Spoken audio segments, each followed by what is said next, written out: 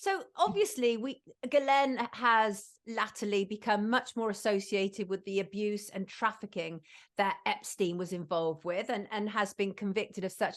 But I suspect that we really have no idea of the true extent of trafficking that was taking place. What do you feel?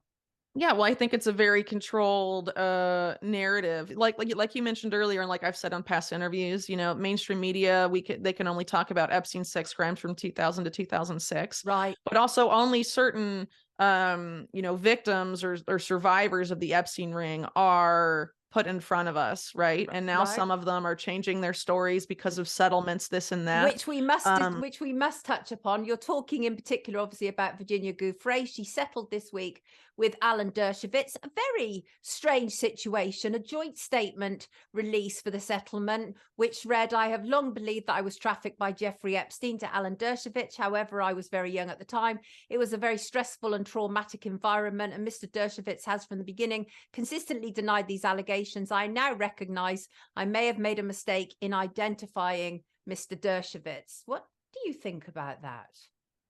So I don't know exactly what's going on here, but what I will say is I don't think it's a coincidence that mainstream media has, if you're going to ask the average person who sort of followed the Epstein case with some interest, how many victims do they know by name? Right.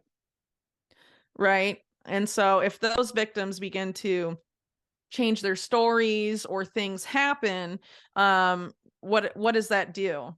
Well, it And how much discredits are the we whole at? narrative. It discredits, because Yeah. they're now saying in, mainstream newspapers like Daily Mail, well, why did Andrew even bother paying that settlement? Because clearly she could have made a mistake with him. So you can see how it all starts to unravel, can't you? Yeah, and what does that mean? Are they going to try and retry Ghislaine if this gets any more, Right. It's interesting. complicated?